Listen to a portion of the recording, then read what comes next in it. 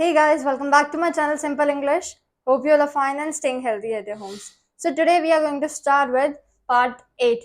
The part 8 is on the topic proverbs. Proverbs का मतलब हिंदी में होता है मुहावरे. जैसे हिंदी में हम मुहावरे पढ़ते हैं तो वैसे ही इंग्लिश में भी होते हैं. जो मुहावरे हिंदी में पढ़ते हैं उन्हें ही इंग्लिश में भी यूज किया जाता है, बस उनका बोलने चालने का तरीका या वो वर्ड्स अलग हो जाते हैं और उन्हें हम प्रोवर्ब्स कह देते हैं. आज हम कुछ ऐसे प्रोवर्ब्स करेंगे, कुल 11, जिसमें हमें कॉमनली यूज होने वाले मुहावरों के बारे में पता चलेगा कि उन्हें इंग्लिश में कैसे प्रयोग किया जाता है. तो आइए शुरू करते हैं. First is fortune favours the brave. Fortune favours the brave मतलब फॉर्च्यून का मतलब होता है भाग्य. Fortune favours the brave means बहादुरों का साथ भाग्य देता है. कहते हैं ना कि जैसे जो बहादुर होते हैं, जिनमें ब्रेवरी होती है कि हाँ हम ये काम कर सकते हैं, जिनकी सोच में सिर्फ ये चीज होती है कि हम ये काम कर सकते हैं. बिकॉज कोई भी काम करने के लिए सबसे पहले हमारा एक माइंड सेट होना चाहिए, जिसके लिए हमें ये पता होना चाहिए कि हमने कौन सा काम करना है और किस तरीके से करना है. सबसे पहला पॉइंट ये है कि अगर हम कोई काम कर रहे हैं तो उसके लिए कितने परसेंट चांसेस, कितनी प्रोबेबिलिटी है कि हमारा दिल ये कह रहा है कि ये काम हम कर सकते हैं. अगर हमने दिलो दिमाग में ये बात ठान के रख ली, अगर ये हमने सोच लिया कि हाँ मैंने ये काम किसी भी हाल में करना है, तो उस काम में आपका भाग्य, आपकी किस्मत साथ देती है. उसका मतलब यही है कि अगर आपने कुछ सोच लिया है करने के लिए, बहादुर बन चुके हो आप अपनी सोच से, तो उसका मतलब होता है बहादुरों का साथ भाग्य देता है. Fortune favours the brave. Next is a rotten Apple injuries its companions. A rotten apple injuries its companion. जैसे कि ये गला हुआ सेब टोकरी में पड़े सभी अच्छे सेबों को गला के रख देता है, साड़ देता है उन सेबों को. इंग्लिश में ये बताया. और हिंदी में इसका एक और मतलब निकलता है कि एक मछली सारे तालाब को गंदा कर देती है. एक मछली सारे तालाब को गंदा कर देती है मतलब कि कोई ना कोई अच्छी कम्युनिटी में कोई एक ऐसा इंसान होता है जो सबसे बुरा होता है. उसकी वजह से बाकी कम्युनिटी मेंबर्स पे, बाकी जो टीम मेंबर्स होते हैं, जो भी साथी होते हैं, उन पर उस बुरे इंसान का असर पड़ने लग जाता है. कहीं पर भी इसको अगर यूज करना हो तो कोई भी आपको ग्रुप दिखे, आपके फ्रेंड्स हो, रिलेटिव्स हो, फ्रेंडशिप हो, कहीं पर भी, और आप उन्हें डायरेक्टली ये चीज बोलना चाहते हैं कि एक मछली पूरे तालाब को गंदा कर देती है, मतलब कि एक ऐसा इंसान है इस अच्छी कम्युनिटी में जो कि सारी कम्युनिटी को खराब कर रहा है. उसकी आदतें, उसकी हरकतें हमारी कम्युनिटी को खराब कर रही. First one is clear, second one is also clear. The next is rich have wings.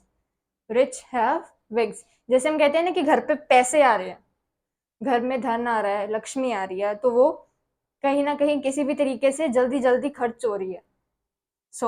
उसे हम रिच हैव विंग्स को हिंदी में हम कहते हैं लक्ष्मी चंचल होती है. मतलब लक्ष्मी टिकती नहीं है, लक्ष्मी आती है और जल्दी से जल्दी उसे खर्च किया जाता है और वह चली जाती है. तो उसे हिंदी में बोलते हैं लक्ष्मी चंचल होती है, और इंग्लिश में इसी मुहावरे को बोलते हैं rich have wings. The fourth one is there is a black sheep in every fold. हर एक अच्छी कम्युनिटी में सेम सेम है, मतलब बस फर्क इतना है कि एक आदमी इसमें जो होता है, एक आदमी जो मैंने आपको बताया कि a rotten apple injures its companions, मतलब कि एक अच्छा जो कम्युनिटी होगी, अच्छी कम्युनिटी मेंबर्स होंगे, फ्रेंड्स होंगे, रिलेटिव्स होंगे, दोस्त होंगे, उनको कोई एक इंसान ऐसा खराब मिल जाता है अपनी कम्युनिटी में, रिलेशनशिप में, किसी भी तरह में, तो वो इंसान उन सभी में अपनी आदतें भरने लग जाता है, जिसकी वजह से सारी कम्युनिटी खराब हो जाती है. ये है there is a black sheep in every fold. बुरे सब जगह होते हैं, बुरे लोग हर जगह मिलेंगे. कहीं पर भी आप जा रहे हैं, हम सोचते हैं कि नहीं यहाँ पर लोग सही होंगे, पर बुरा इंसान किसी ना किसी जगह पर एक हो, चाहे दो हो या ज्यादा हो, पर एक तो होगा ही होगा. There is a bad man in every community where we used to go. We can't say that everyone is good. So next is, fifth one is diamond cuts diamond. Diamond cuts diamond. So इसका मतलब है लोहा लोहे को काटता है. लोहा लोहे को काटता है. कहते हैं ना, अगर ये काम ऐसे नहीं हो रहा तो इस तरह से इस काम को करेंगे कि कोई प्रॉब्लम भी ना हो, और वही तरीका हम अपनाएं जैसे सामने वाले ने वो तरीका अपनाया. जैसे कि हम कहते हैं ना कि जैसे को तैसा कर देना, टिट फॉर टैट कहते हैं उसको, वो भी एक मुहावरा है. बट यहाँ पर जो यूज हो रहा है लोहा को लोहे काटता है, तो यहाँ पे हम ये सेंटेंस को यूज कर सकते हैं कि जैसे कि किसी ने कोई काम किया है, सो वो काम थोड़ा गलत हुआ पर उसको समझाने के लिए वैसा ही काम हम उसको करके देते हैं ताकि उसको पता लगे कि उसने क्या किया और हमने क्या किया. This both are similar so that it could help the policy that he did the wrong thing. So next है हमारा sixth, never a rose without a thorn. Never a rose without a thorn. Thorn मतलब कांटे. फूल के साथ कांटे भी जरूरी है. अब जैसे कि कई बार होता है ना कि हम फूल अच्छे लगते हैं, हमें फूल ही पसंद आते हैं बहुत ज्यादा, पर कई बार कांटे भी जरूरी हैं. इसका मतलब ये है कि कई बारी इंसान की अच्छाइयां ही काम नहीं आती, कई बारी इंसान को थोड़ा कठोर भी बनना पड़ता है, कई बारी इंसान को थोड़ी सी बुराइयां भी दिखानी पड़ती है, क्योंकि आज की दुनिया में अच्छाई जो इंसान दिखाता है ना उसको सबसे नीचा दिखाने की कोशिश की जाती है. आजकल के टाइम पे जो ये दुनिया के लोग हैं वह अच्छे लोगों को दबा कर रखते हैं, नीचा दिखाने की कोशिश करते हैं. इसलिए बुराई थोड़ी सी होना सबसे ज्यादा जरूरी है कि फूल के साथ साथ कांटे भी जरूरी है. फूल होता है अच्छा, अच्छाई, फूलों को अब इंसान की अच्छाइयां बताई हुई है, कांटों को थोड़ी सी बुराइयां, थोड़ी सी मतलब बुराइयों में भी ये कह दे कि बोलना आना चाहिए किसी को कि अगर कोई गलत करे तो उसे उसी टाइम पे टोक दो. फूलों के साथ कांटे भी जरूरी हैं. आजकल के समय के लिए ये मुहावरा सबसे ज्यादा यूजफुल है, बहुत ज्यादा कनेक्टेड है कि आजकल के लोग जो हैं दुनिया के अच्छे इंसान को सबसे नीचा दिखाने की कोशिश करते हैं. बट और जो अच्छा इंसान है वह अगर नीचा जाता रहा तो उसको जमाने में कोई नहीं पूछेगा. No one will ask him anything about him and his life. He should have some anger in himself or herself so that she or he can give the answer to the society that he or she can do this. So next is necessity is the mother of inventions. कहते हैं ना कि किसी भी चीज का आविष्कार करने के लिए आवश्यकता की बहुत जरूरी है. मतलब कि हम आविष्कार कर देंगे, किसी भी चीज की इन्वेंशन कर देंगे, बट पहले हमें ये देखना है कि उसकी हमें जरूरत है या नहीं. अगर हम फालतू में किसी भी चीज को इन्वेंट कर देंगे, अब साइंटिस्ट किसी भी चीज को इन्वेंट कर देंगे, कोई भी सोशल ड्रिंक्स या कुछ भी मतलब कि इन्वेंट कर देंगे, बट वो ये देख ही नहीं रहे हैं कि कहाँ पर यूजफुल है, इसके मतलब आवश्यकता है, इसकी नीड्स है या नहीं. तो उसकी वजह से ये मुहावरा कहा गया है कि अगर जरूरत है तो ही आविष्कार है, आविष्कार है तो आवश्यकता नहीं हो सकती. अगर नेसेसिटी होगी, जरूरत होगी, तभी आविष्कार होगा. आविष्कार होने के बाद जरूरत नहीं बन सकती. So necessity is the mother of inventions. आवश्यकता आविष्कार की जननी है. मतलब अगर हमें किसी चीज की नीड है तो ही वो काम होता है, तो ही इन्वेंशंस होते हैं. दुनिया में इन्वेंशंस तभी होते हैं जैसे कि मशीन्स वगैरह आती है, रोटी बनाने की मशीन हो गई और बर्तन धोने की मशीन हो गई, किसी भी तरह की मशीन होगी, हमें उसकी जरूरत है. कई लोग ये काम नहीं कर पाते इसलिए इसकी इन्वेंशंस हो रही हैं, क्योंकि इसकी जरूरत थी इसलिए इसकी इन्वेंशन हुई. ये नहीं होगा कि इन्वेंशन हो गई और इसकी जरूरत देखी नहीं. सो देयर इज ऑलवेज आवश्यकता आविष्कार की जननी है. Means necessity is the mother of inventions. Next one is virtue has its own reward. Virtue has its own reward. नेकी अपना सिला आप है. अगर हम अच्छे कर्म कर रहे हैं, फॉर एग्जाम्पल हम अच्छे कर्म कर रहे हैं, हम अच्छे इंसान हैं, चाहे हम किसी को बुला रहे हैं या नहीं बुला रहे, अकेले रहना पसंद कर रहे हैं या सभी के साथ रहना पसंद कर रहे हैं, इससे कोई लेना देना नहीं होगा हमें। हम प्रेफर करेंगे अकेले रहना। आजकल के टाइम पे बहुत से लोग ये सोचते हैं कि वो उसके साथ नहीं रह रहा, वो इनसे बात नहीं कर रहा, मतलब वो बहुत अलग हो चुका है, वो बदल गया है। बट उन लोगों को ये नहीं पता कि वह इंसान नेकी के रास्ते पर चलने लगा है। नेकी में कोई भी मोह माया नहीं होती। सो यहाँ पर ये मुहावरा उनके लिए है जो सोचते हैं कि जो इंसान अकेले रहने लग गया है उसे कोई नहीं पूछेगा कभी भी। बट जो अकेले रह रहा है, नेक इंसान है, उसे अपने आप ही इनाम मिलता रहेगा। उसे भगवान के द्वारा अपने आप ही इनाम और रास्ते दिखाए जाएंगे। So virtue has its own reward. नेकी अपना सिला आप है, मतलब उनके लिए रास्ता वह अपने आप खोजते हैं। अकेला रहे चाहे किसी के साथ रहे, कोई फर्क नहीं पड़ता। भगवान और उनके किए गए कर्म और उनका नेकी पे चलने वाला राह वह खुद तय करते हैं। Next is 9 days of wonder. English में कहते हैं 9 days ऑफ वंडर, मीन्स 4 दिन की चांदनी फिर अंधेरी रात। मतलब ये खेल सिर्फ कुछ दिनों का है। कहते हैं ना कि ये जिंदगी भी 4 दिनों की है, आगे फिर क्या होगा किसी को कुछ नहीं पता।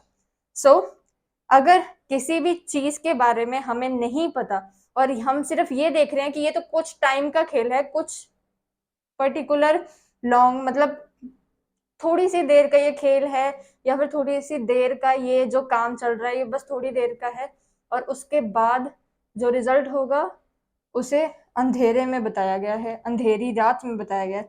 4 दिन की चांदनी, मतलब ये जो काम चल रहा है ये सिर्फ 4 दिन की चांदनी है, और जो उसके बाद रिजल्ट आएगा वो एक अंधेरी रात है। सो 9 days ऑफ वंडर मीन्स 4 दिन की चांदनी फिर अंधेरी रात। Next is honesty is the best policy. ये बहुत ही कॉमन है। Honesty is the best policy because ईमानदारी सर्वोत्तम नीति है। अगर हम किसी के प्रति ईमानदारी दिखाएंगे तो वह बहुत अच्छी बात है, चाहे वो इंग्लिश है, हिंदी है, पंजाबी है, कोई भी है। अगर वो इंसान सबसे ज्यादा ईमानदारी किसी भी चीज में दिखाएगा ना, अगर उसने अपनी जिंदगी में 1% भी ईमानदारी को लाना शुरू कर दिया, वह इंसान 10% तक ईमानदारी को पीछे पीछे जाएगा कि वह ईमानदारी को फॉलो करेगा। और यही सबसे बेहतर और सबसे बेस्ट चीज है जो कि पूरी दुनिया में अपनाई जा सकती है। Honesty is the best policy. ईमानदार रहो, ये नहीं कि दुनिया की वजह से ईमानदार ना बनो, ईमानदार रहो। पर कुछ जगह पर कुछ लोग ऐसे मिल जाते हैं जहां पर हमें उनके खिलाफ जवाब देना पड़ता है, अपने लिए लड़ना पड़ता है। So honesty is the best policy. ईमानदारी सबसे सर्वोत्तम नीति है, सबसे बेस्ट चीज है ईमानदारी। और 11th and the last one is barking dogs seldom bite. Barking dogs मतलब भौंकते हुए कुत्ते, सेल्डम बाइट्स काटते नहीं है। जो कुत्ते भौंकते हैं वे काटते नहीं है, इंग्लिश में इसका ये मतलब है।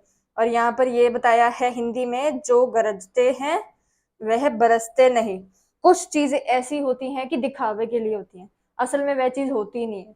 अब देखो, मैंने मतलब किसी से बात की और वह इंसान मुझे इतना बड़ा चढ़ा के सब कुछ बता रहा है अपने बारे में, पर असल में क्या है, कुछ भी नहीं है वो।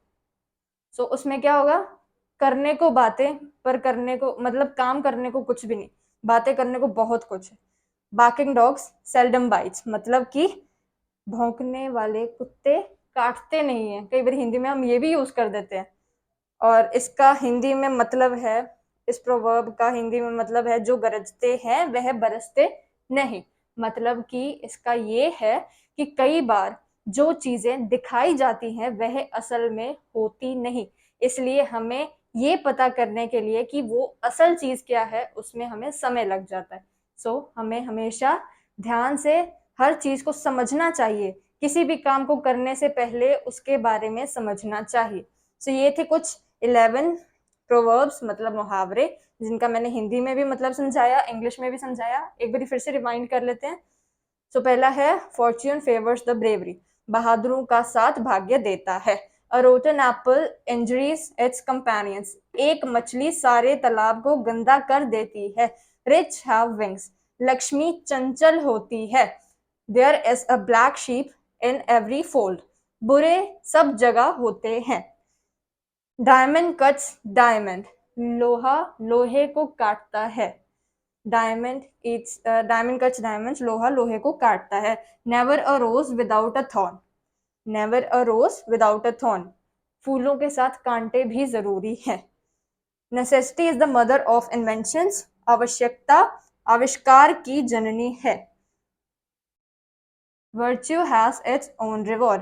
नेकी अपना सिला आप है. A 9 days of wonder. 4 दिन की चांदनी एक अंधेरी रात. Honesty is the best policy. ईमानदारी सर्वोत्तम नीति है. Barking dogs seldom bites. जो गरजते हैं वह बरसते नहीं. आप ऐसे करना, अगर इनको याद करना है, पहले तो मैंने इनको सभी मतलब तरीके से समझा दिया है, दोबारा याद करने की या पढ़ने की जरूरत नहीं पड़ेगी. पर अगर you face the problem in reminding all this by Hindi and English, but आपको सिर्फ इंग्लिश में इनको याद करना है कि इनको कौन कौन सी सिचुएशन में हम अप्लाई कर सकते हैं, इसलिए मैंने हिंदी में इनको बताया. सो प्रॉब्लम कोई भी नहीं होगी मेरे हिसाब से तो, पर मैंने इनको अच्छे से डिटेल में समझा तो दिया आप सभी को.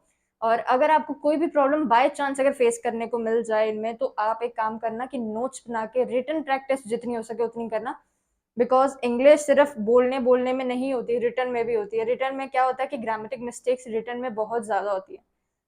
सो आई रिक्वेस्ट यू कि आप नोट्स बना के इनकी प्रिपरेशंस कीजिए. मेरी ऑलरेडी 7 वीडियोस हैं प्लेलिस्ट में जो मैंने अपलोड की हैं.